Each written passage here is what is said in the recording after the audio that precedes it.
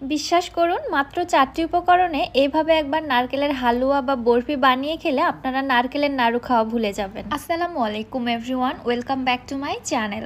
হাতে যদি মাত্র 10 মিনিট সময় থাকে তাহলে আপনারা ঝটপট এই নারকেলের হালুয়া বা বরফিটা তৈরি করে নিতে পারবেন। মাত্র 4টি উপকরণে পৃথিবীর সবচেয়ে সহজ এবং সবচেয়ে মজার রেসিপি আমার কাছে এটাই মনে হয়েছে।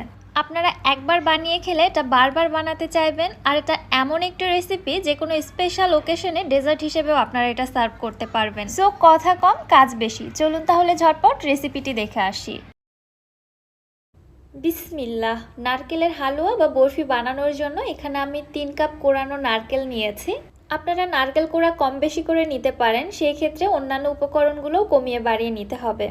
আমি যে মেজারমেন্টটা দিব ওই মেজারমেন্টটা ফলো করে তৈরি করার চেষ্টা করবেন, তাহলে নারকেলের বরফি বা হালুয়াটা একদম পারফেক্ট হবে এবং টেস্টটা হবে 100-এ 100।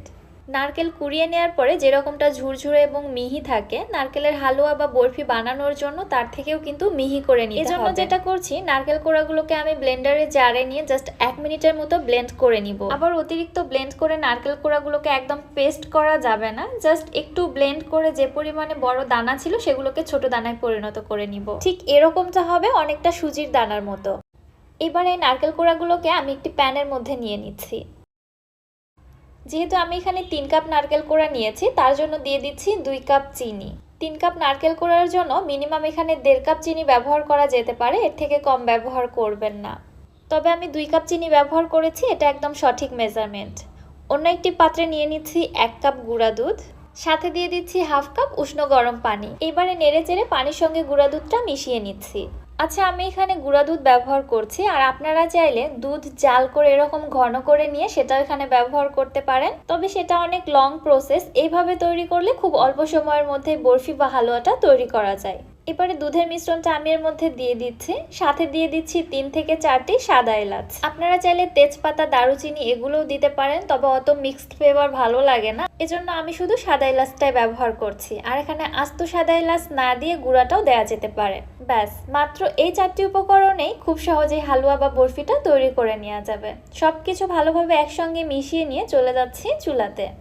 প্যানটি চুলায় বসিয়ে দিয়ে অনবরত নাড়তে থাকবো। নাড়ানো কিন্তু কোনোভাবেই অফ করা যাবে না, কারণ এই মিশ্রণটা অনেক বেশি ঘন এবং আঠালো, খুব দ্রুত প্যানের তলায় লেগে যাওয়ার সম্ভাবনা রয়েছে।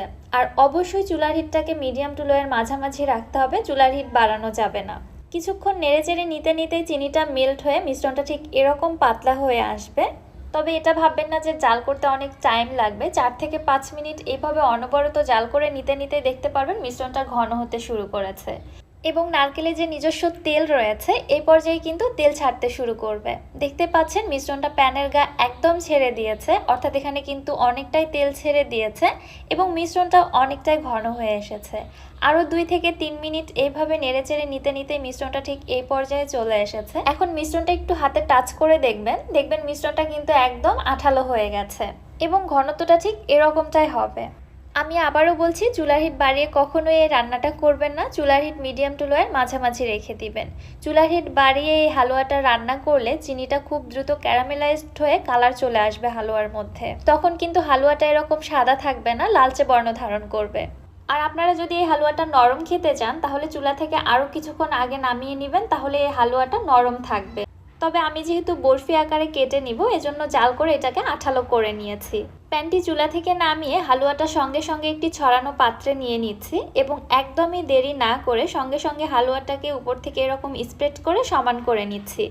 যত দ্রুত সম্ভব এই কাজটা করার চেষ্টা করবেন, এছাড়া হালুয়াটা যতটা ঠান্ডা হবে ততই কিন্তু এটা শক্ত হতে থাকবে, তখন আর শেপটা ভালো দিতে পারবেন না। এবার এইভাবেই আমি হালুয়াটাকে পুরোপুরিভাবে ঠান্ডা হওয়ার জন্য এক সাইডে রেখে দিচ্ছি। ঠান্ডা হওয়ার পর বরফিটা একদম সেট হয়ে গেছে। এবার আমি বরফিটাকে আমার পছন্দ মতো আকারে কেটে নিচ্ছি। আমি একটি নাইফ দিয়ে বরফিটাকে 4 কোণা শেপে কেটে নিচ্ছি। আপনারা চাইলে আপনাদের পছন্দ মতো যে কোনো শেপে কেটে নিতে পারেন। এই তো দেখুন, মাশাআল্লাহ, খুবই সুন্দরভাবে বরফিটা সেট হয়ে গেছে। তবে এটা ভাববেন না যে এগুলো অনেক বেশি শক্ত হয়ে গেছে বা কটকটে হয়ে গেছে, এরকমটা না। অতটা শক্ত হলে কিন্তু আমি নাইফ দিয়ে এগুলো কেটে নিতে পারতাম না। বরফিটা কিন্তু অনেকটাই নরম এবং জুসি টাইপের হয়েছে। খাওয়ার সময় মনে হবে আপনারা হয়তো অনেক দামি দামি উপকরণ দিয়ে তৈরি করা কোনো ডেজার্ট খাচ্ছেন, তবে যে মাত্র 4টি উপকরণে তৈরি করা নারকেলের এই বরফি এত মজা হয় এটা বিশ্বাস করবে না কেউ।